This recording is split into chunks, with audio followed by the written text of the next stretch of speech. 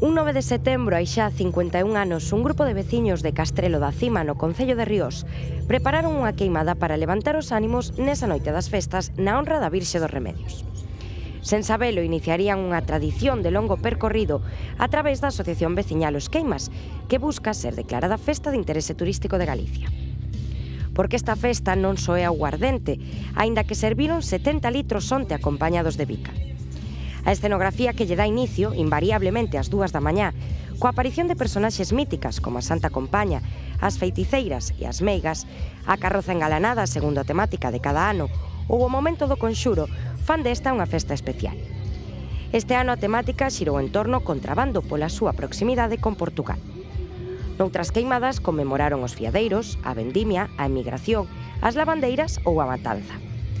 Mentres agardan a declaración da súa festa, únense durante o ano a través da súa asociación e fan actividades que manteñen viva a chama do seu pobo.